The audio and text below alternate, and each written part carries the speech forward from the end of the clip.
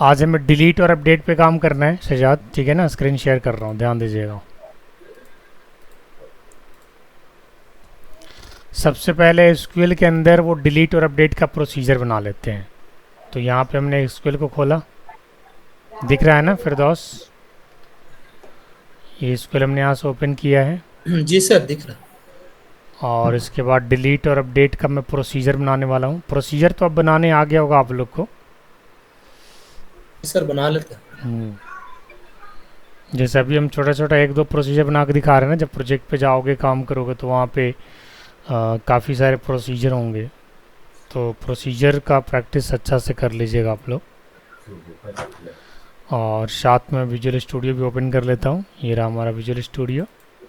और उसी फॉर्म को ओपन करेंगे जिस फॉर्म के अंदर हमने दो ऑपरेशन किया था, सेव डेटा वाला और व्यू डेटा वाला।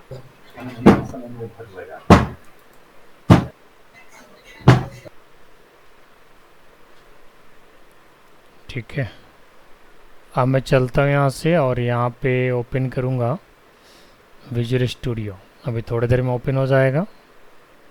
पहले एसक्यूएल ओपन हो गया। कनेक्ट करते हैं इसको।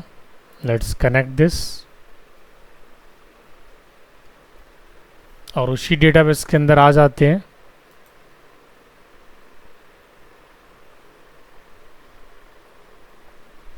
यूज एम्प्लॉय डीबी और इसके अंदर प्रोसीजर बना लेते हैं। Create procedure for update and delete employee. तो सबसे पहले मुझे डिलीट के लिए प्रोसीजर बनाना पड़ेगा, अपडेट के लिए बना लेते हैं, दोनों बना लेते हैं। Create procedure S P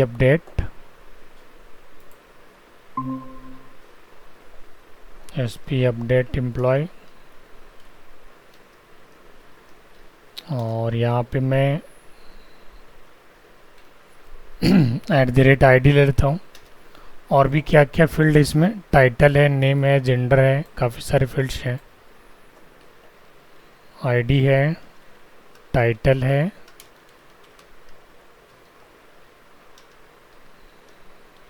name है,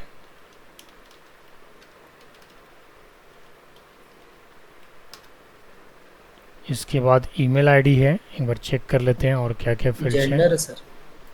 चेक कर लेते हैं एक बार। Title, name, gender, email, mobile है ना। Title, name, gender, email, mobile. Title, name, gender, email and mobile. इसके बाद क्या है,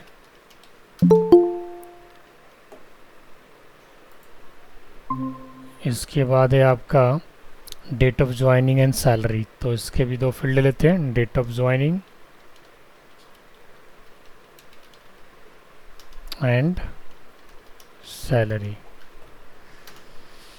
अपडेट करते समय सारे आर्गुमेंट्स को लेने होते हैं।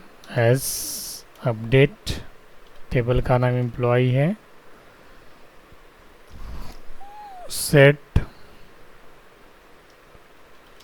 नेम इज इक्वल टू @नेम। पहले टाइटल लेके चलते हैं, है ना। कॉमा @नेम equal to, sorry, name equal to @नेम, comma gender equal to @gender.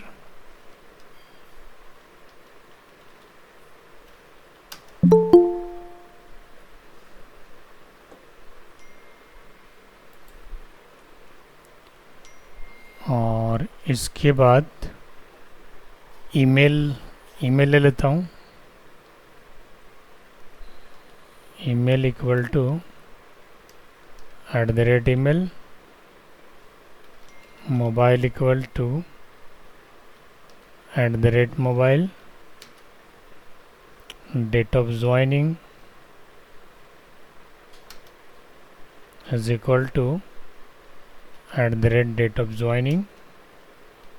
Salary equal to at the rate salary where ID equal to at the rate ID.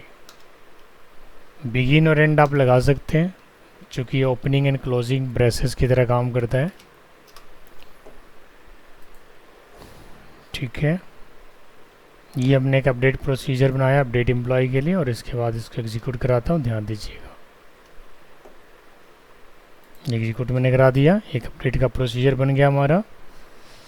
अब मैं एक डिलीट का भी प्रोसीजर बना लेता हूँ, दोनों को अलग अलग कर देते हैं।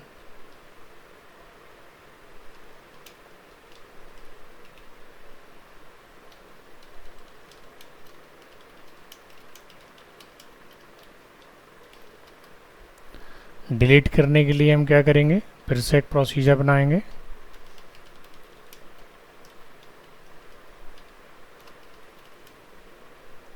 और यहाँ पे हम क्या करेंगे, आईडी डाल देंगे as begin delete from employee where ID equal to at the rate ID end. अब इसको चला के देखते हैं,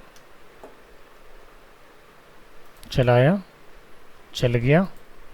दो प्रोसीजर बनाया मैंने, एक अपडेट का और दूसरा डिलीट का। चलिए अब ये दोनों प्रोसीजर को काम पे लगाते हैं।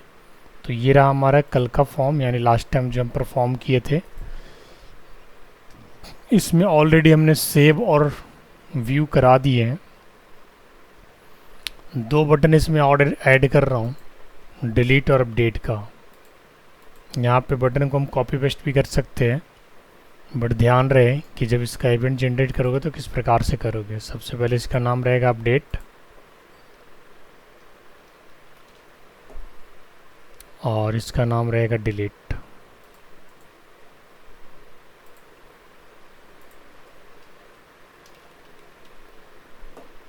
बैक कलर यहाँ से हमने कलर ले लेना है।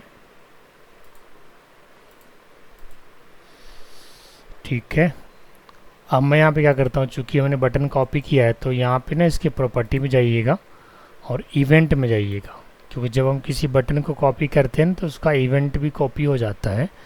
तो ऐसे केस में पुराने बटन के इवेंट को हटा देना है और यहाँ से एंटर प्रेस कर देना, नया इवेंट जनरेट हो जाएगा।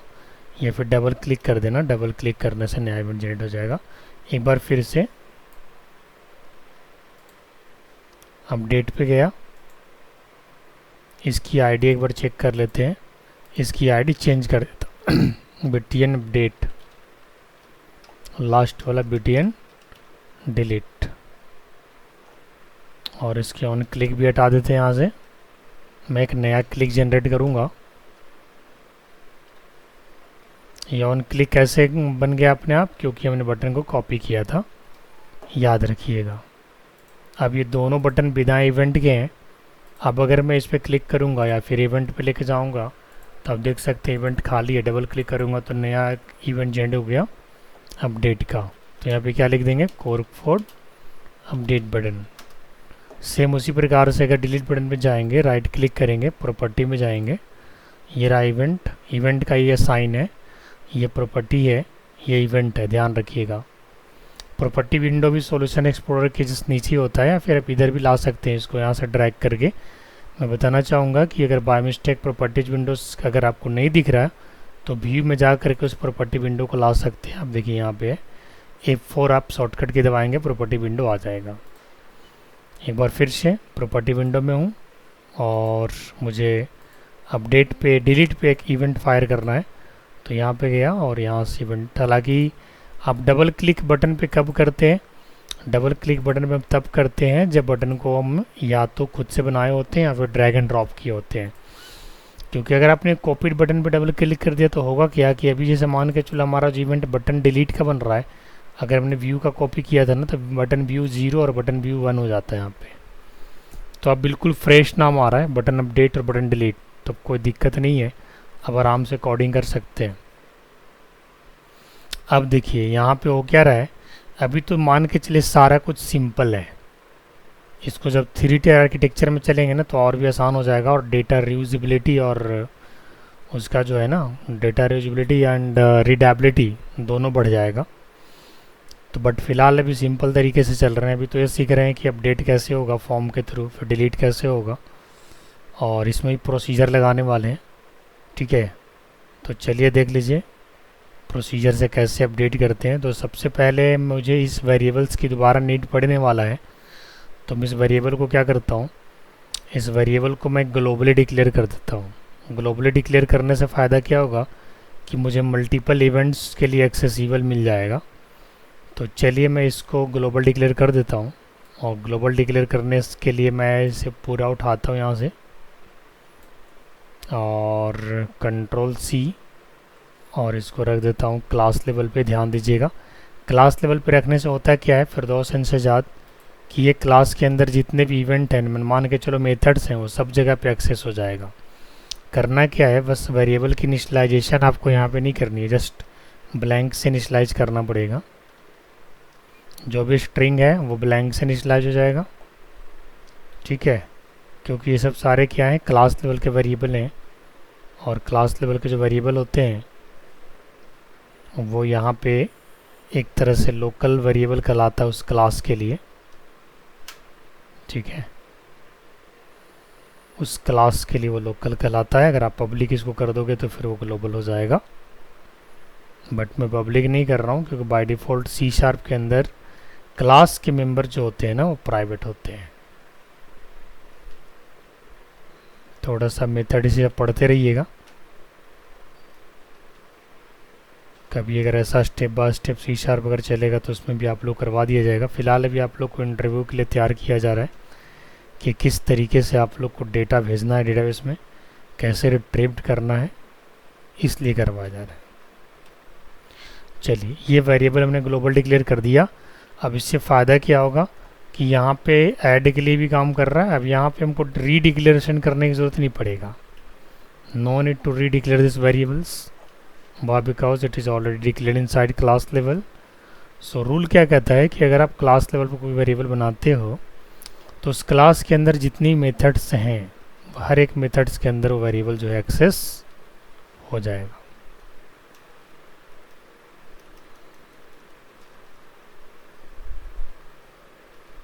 ठीक है, इसकी मैंने रीडिक्लेरेशन यहाँ से हटा दिया।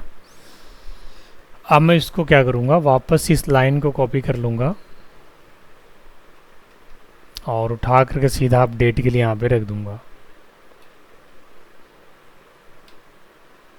ये रहा अपडेट, अपडेट के लिए यहाँ पे। या फिर अपडेट के लिए नहीं भी रखेंगे तो फिर हमें एक प्रॉब्लम क्या होगा कि हमें हमेशा शेप बटन को क्लिक करना पड़ेगा वैल्यू को इनिशियलाइज कराने के लिए। तो मैंने क्या किया, अपडेट के अंदर उसी कोड को क्या किया, वेरिएबल इनिशियलाइजेशन वाले कोड को ला के रख दिया। इससे ये होगा कि जब कभी भी अगर यूज़र अपडेट करना चाहेगा तो उसे अपडेट कर सकता है। अभी फ़िलहाल मैं क्या कर रहा हूँ कि यहाँ पे जैसे आप अपडेट पे क्लिक करोगे ना तो एक आपसे वैल्यू मांगेगा जो आईडी होगा, या फिर आप ईमेल आईडी के बेसिस पे भी कर सकते हैं अपडेट। चूँकि हमने जो प्रोसीजर बनाया है उसमें अपडेट की क्वेरी जो चलाया वो कैसे चलाया है, आईडी के बेसिस पे। ठीक है, यहाँ पे वेयर कंडीशन क्या लगा है, where ID equal to ID, यानी when you supply ID for that particular employee all the records for belonging that ID will get changed. Let's see. हमें एक थोड़ा सा लॉजिक यहाँ पे लिखना पड़ेगा। लॉजिक ये लिखना पड़ेगा, मैं आपको दिखाता हूँ।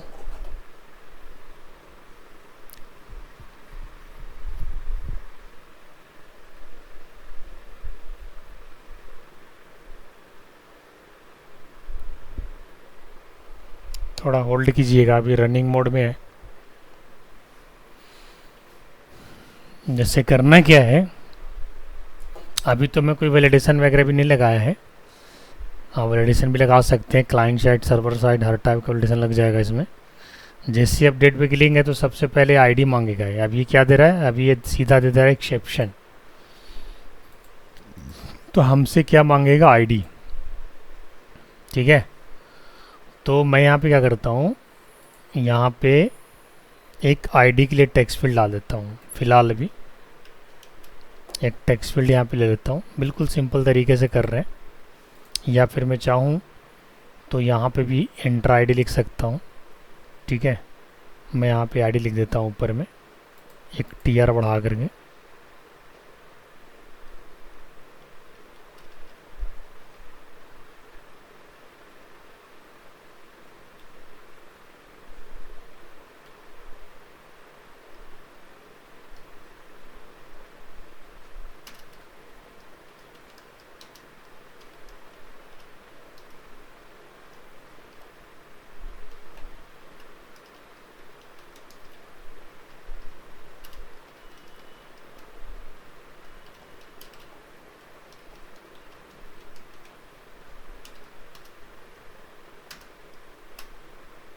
ठीक है। अब उससे क्या होगा कि हमें अपडेट करने में आसान हो जाएगा।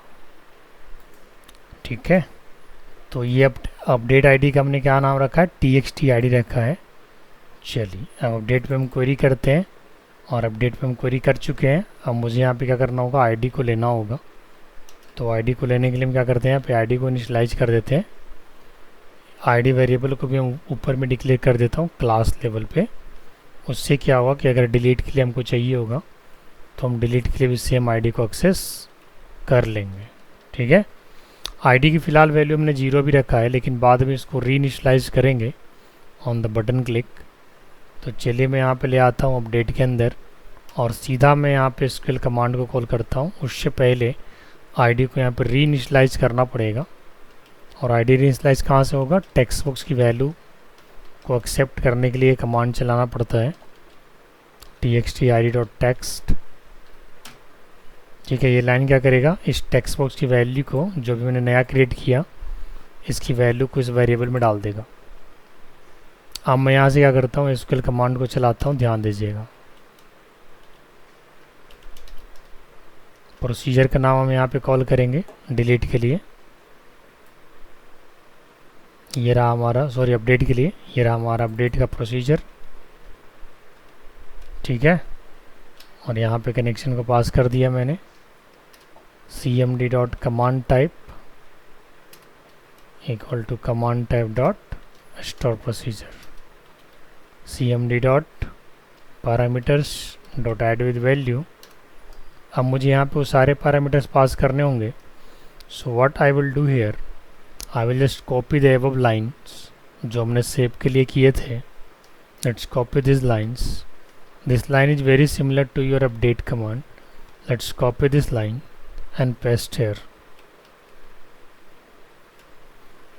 Why I copied this line? Because all the arguments values need to supply for the update command, and one more arguments we need to supply here in update command, that is id, but not in the save command. Why? Because in save command I have made id as an identity.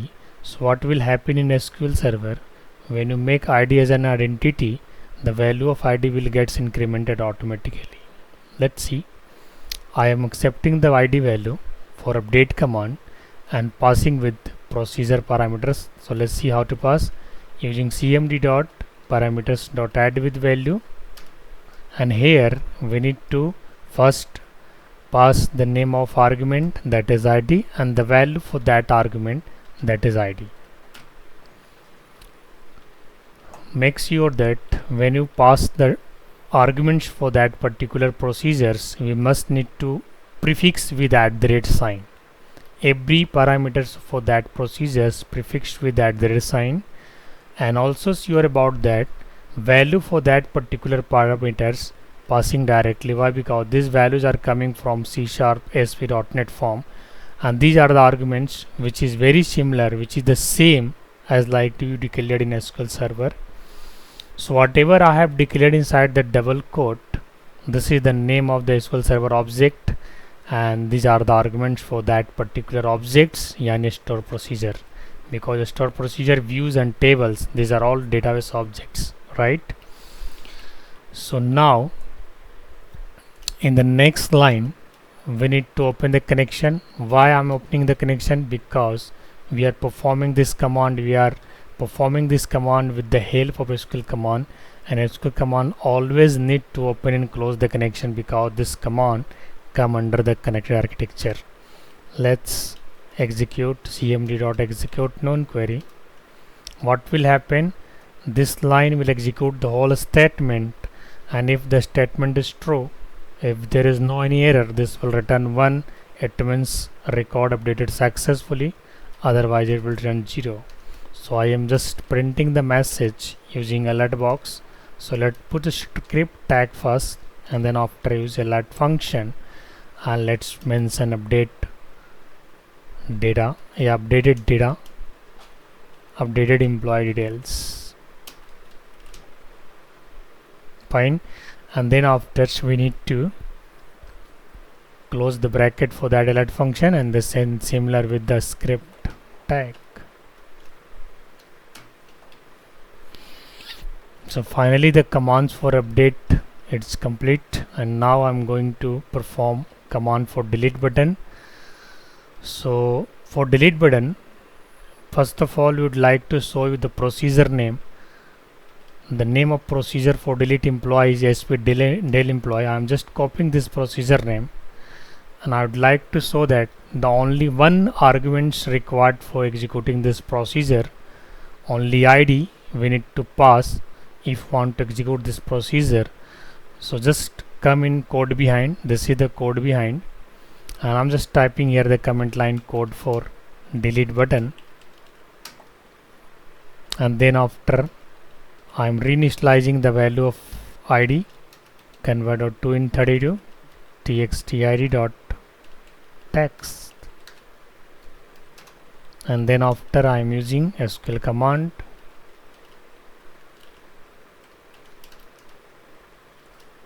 and passing the name of procedure, that is spd del employee, and after that con. Why I'm passing con here? Because con is an object of SQL Server SQL connection, and this SQL connection object is containing the name of server, the name of database, and the mode of connectivity. But make sure that when you define this SQL connection, first you need to import namespaces, that is system.data.SQL client, and one more namespace, that is system.data. But this system.data namespace is required when you access data adapter, yani when you work with disconnected architectures. In that case you need to import this namespace, but this namespace is very important, and you need to import this namespace always when you provide connection with SQL Server. So now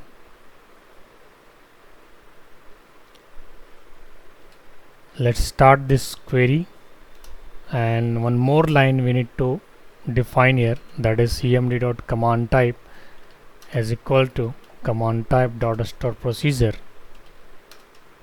and only one argument required for executing this procedure.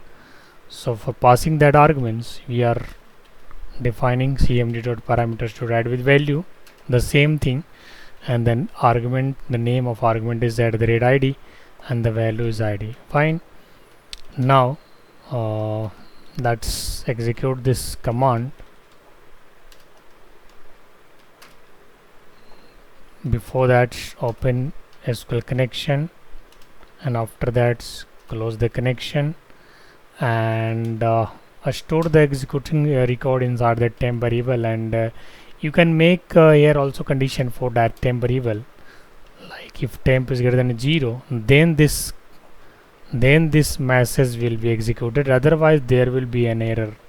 Otherwise you can put the error message, or you can put any message like there is an error updating record, error updating employee. The same here, if temp is greater than 0, it means record deleted successfully, else means record deleted successfully.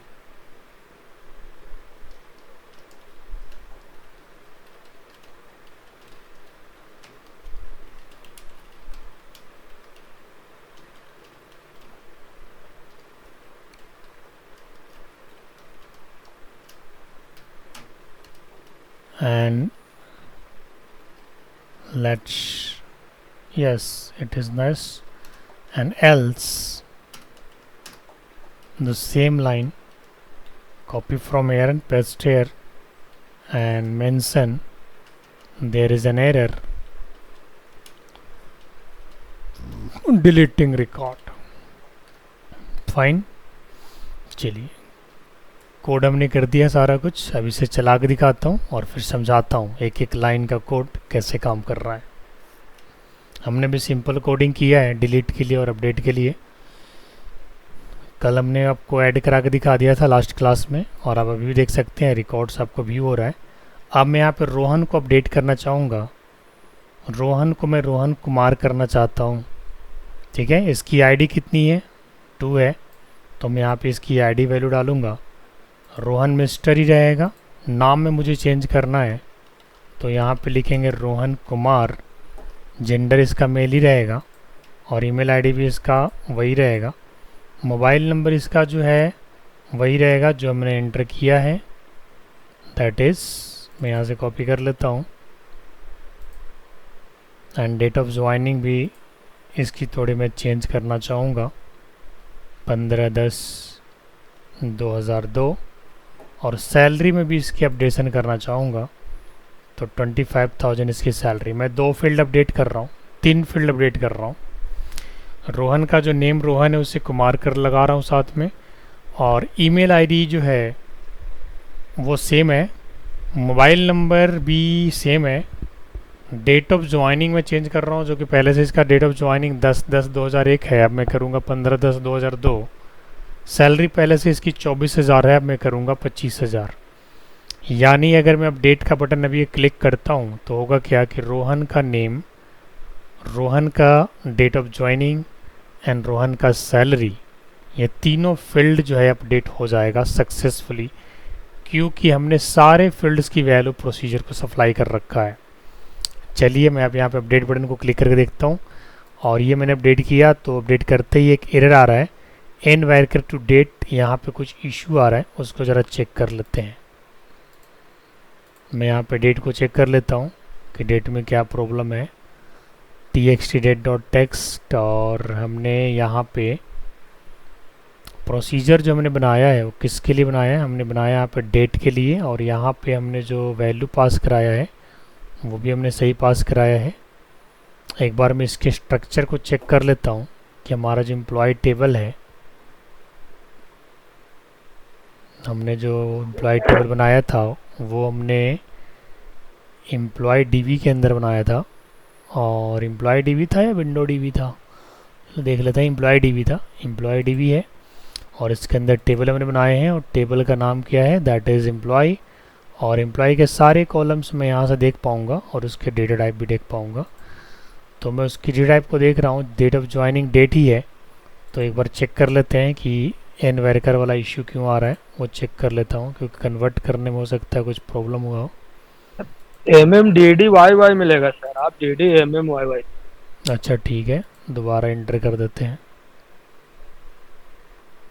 हमने यहाँ पे ID2 ले लिया, और इसके बाद फिर से रोहन कुमार लिखना चाहेंगे, और मेल लिया हमने, और इसके बाद ईमेल आई डाल दिया। मोबाइल नंबर हम ले लेते हैं। डेट ऑफ ज्वाइनिंग हम यहाँ पे लेते हैं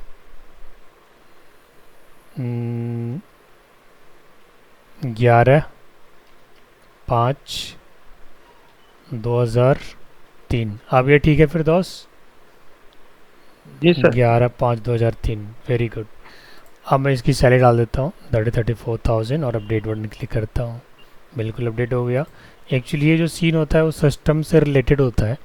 जैसे मान के चलिए अगर आपका सिस्टम का जो फॉर्मेट है वो है अगर आपका DDMMYY, तो फिर आपको यहाँ पे DDMMYY ही डालना पड़ेगा, क्योंकि हमारा सिस्टम का फॉर्मेट DDMMYY का ही है, पहले डेट फिर मंथ और फिर ईयर, तो यहाँ पर डेट मंथ ईयर ही डालना पड़ेगा। Very nice. अब मैं इसकी अपडेटेड रिकॉर्ड को देख लेता हूँ कि अपडेटेड रिकॉर्ड हमारा यहाँ पे दिखा कि नहीं दिखा। तो देख सकते हैं रोहन कुमार हो गया है, और इसकी डेट ऑफ ज्वाइनिंग भी 2003 का ईयर हो गया, जबकि 2001 पहले था, और सैलरी इसकी पहले से 23,000 था जो कि अब 34,000 हो गया। यानी अपडेट वाला कमांड बिल्कुल सही से काम कर रहा है। अब मैं क्या करता हूँ कि रोहन को डिलीट करने की कोशिश करता हूँ, बट डिलीट करने के लिए हमें बाकी के फील्ड की ज़रूरत नहीं पड़ेगा, बाकी का फील्ड हमें ज़रूरत नहीं है, बस एक आईडी की ज़रूरत पड़ेगा। तो मैं यहाँ पे क्या करता हूँ, 2 डाल करके यहाँ पे डिलीट बटन दबाता हूँ। जैसे डिलीट बटन दबाऊँगा क्या होगा, रिकॉर्ड डिलीट हो जाएगा सक्सेसफुली। अब अगर इसको व्यू करेंगे तो आप देख सकते हैं यहाँ पर रिकॉर्ड आपका नहीं है, और ये रिकॉर्ड आपको एसक्यूएल में नहीं मिलेगा, क्योंकि जो डिलीट हुआ है वो एसक्यूएल से हो गया है। अब इस कोड के अंदर अगर कोई आप लोग को पूछताछ करना है सजाद एंड फिरदौस, तो आप दोनों में से कोई भी पूछताछ कर सकते हैं।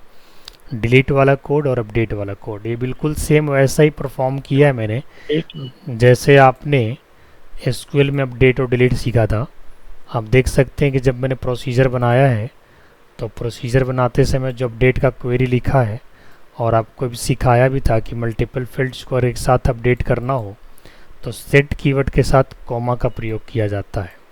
इससे क्या होगा कि एक साथ मल्टीपल फील्ड्स की वैल्यू को अपडेट कर सकते हो। और ये क्वेरी हमने प्रोसीजर के बिगिन और एंड के अंदर में रखा है, यानी जब ये प्रोसीजर कॉल होगा तो क्या करेगा, सबसे पहले आपसे आर्गुमेंट की वैल्यू मांगेगा और उस वैल्यू को अपडेट क्वेरी के साथ एग्जीक्यूट करा देगा और जो रिज़ल्ट होगा वो डेटाबेस के साथ अपडेट कर देगा। सेम डिलीट की कहानी है, डिलीट में भी हमने एक आर्गुमेंट लिया है और उसके अंदर ये क्वेरी चला रखा है। जैसे आप एम्प्लॉय को डिलीट करोगे आईडी के बेसिस पे क्या होगा, वो डिलीट हो जाएगा। क्लियर है? अब अगर यहाँ पे कोई क्वेश्चन है तो आप पूछ सकते हैं सजाद, कहीं से अगर कोई डाउट आ रहा है तो। नहीं सर, सब क्लियर है। चारों ऑपरेशन आपको मैंने करा दिया, सेव का, डिलीट का, अपडेट का, व्यू का।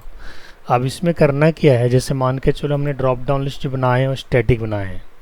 अब मैं आप लोग को एक छोटा सा असाइनमेंट असाइन करता हूँ कि आप लोगों को करना क्या है, कंट्री, स्टेट एंड सिटी, तीन को ड्रॉप डाउन लिस्ट लेना है।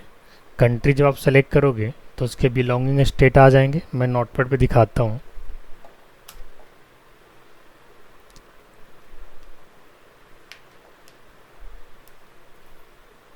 ज़्यादा कंट्री नहीं लेना है, 2 कंट्री लेके चलेंगे। उससे डेटाबेस में आपको ड्रॉप डाउन लिस्ट को बाइंड करने के लिए सीख जाइएगा। एक ड्रॉप डाउन जो DDL1 होगा, ड्रॉप डाउन 1 की बात कर रहा हूँ मैं। ड्रॉप डाउन लिस्ट 1 जो होगा इसमें होगा कंट्री लिस्ट, जिसमें इंडिया एंड USA ले लो। और दूसरा जो ड्रॉप डाउन लिस्ट होगा, दिख रहा है जी फिरदौस, क्या और बड़ा कर दें? जी सर, नहीं दिख रहा। दूसरा जो ड्रॉप डाउन लिस्ट होगा उसमें आपके स्टेट्स के नेम होंगे। क्या होंगे? स्टेट्स के नेम होंगे। इसमें मान के चलो इंडिया का जो है ना, उसमें सिर्फ अगर आप इंडिया सेलेक्ट करोगे तो इंडिया का स्टेट होगा, 5 स्टेट ले लेना है। और USA सेलेक्ट करेंगे तो USA का 2 स्टेट ले लेना है। अब उसी तरह से एक और ड्रॉप डाउन लिस्ट ले लीजिएगा। फिलहाल अभी 2 ही का करिए, उससे भी पहले सिर्फ आप कंट्री को बाइंड करिए। मान के चलिए आपने डेटाबेस किट कॉलम के अंदर किसी कंट्री का नेम ले लिया और उसको आप ड्रॉप डाउन लिस्ट के साथ बाइंड करके देखिए, करते हैं कि नहीं, कर पाते हैं कि नहीं। ठीक है, कहिएगा तो मैं यहाँ पे आपको करके दिखाऊंगा भी, या फिर कोई लिंक आपको गाइड कर देता हूँ, वहाँ से आप लोग हेल्प कर लेना, क्योंकि कोड कितना लीक हो गया है ना। तो यहाँ से मैं लिंक आपको गाइड कर देता हूँ, बाइंड ड्रॉप डाउन लिस्ट इन ASP.NET। बहुत ही आसान है, ज़्यादा टफ नहीं है।